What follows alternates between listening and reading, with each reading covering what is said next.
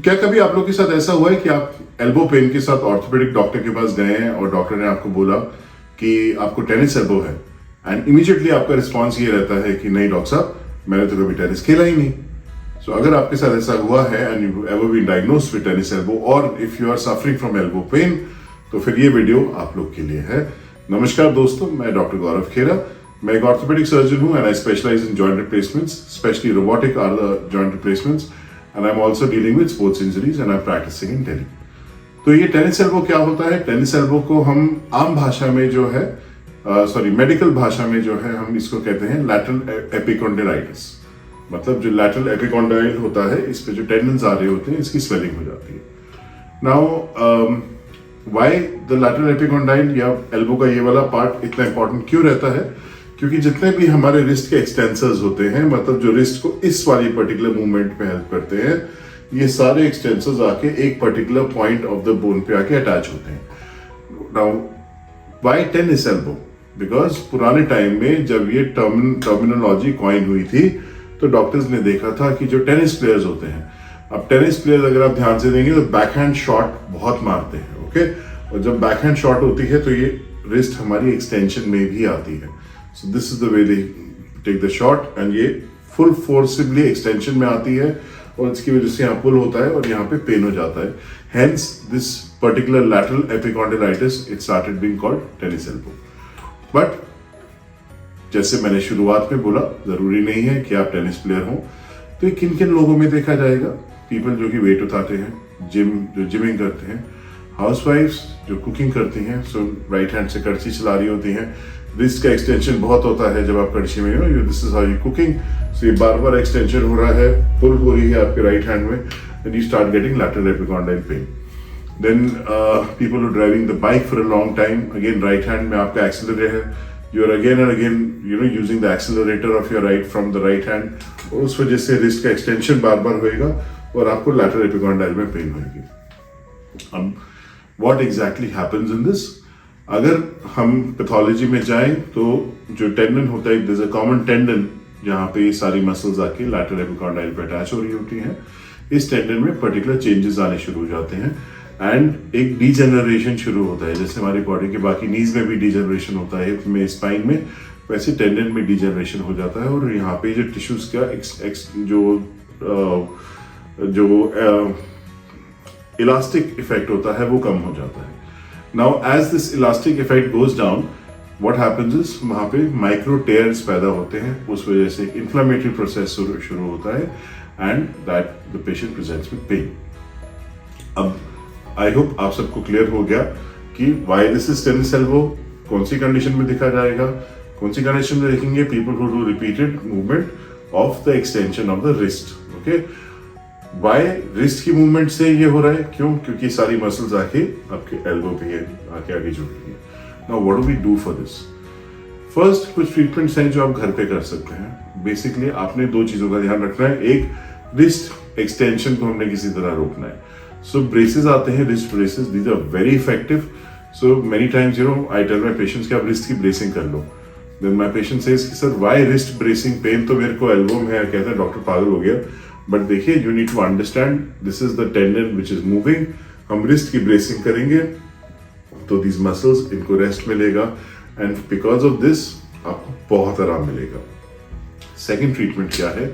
Second treatment band जाते हैं, which are called tennis elbow band, जो कि हम इस एरिया में यहाँ पे बांधते हैं। इसका क्या एडवांटेज होता है? जैसे ये बैंड बांधते हैं तो ये मसल बेली जो होती है, इसको ये टाइटली पकड़ लेता है एंड वेट जो आपकी टेंडन के ऊपर आ रहा होता है, ये उस वेट को कम कर देता है। The moment this weight is reduced, that tendon के ऊपर से ऑफलोडिंग हो गई and because that constant pressure is not there on the tendon, आपके टेंडन में धीरे धीरे करके फिर रिकवरी होनी शुरू हो जाती है। Then we come to, अगर ये सब हो गया, what are the other treatments? Medicines में क्या यूज करेंगे? Normally medicines इसमें हम लोग पेन किलर्स यूज करते हैं, फॉर एग्जाम्पल एसिक्लोफेनाक, डिक्लोफेनाक, और ये सारी मेडिसिन साथ में एंटी इन्फ्लामेटरीज का बहुत बड़ा रोल रहता है क्योंकि इन्फ्लामेटरी प्रोसेस चल रहा है। इन्फ्लामेशन क्या होती है?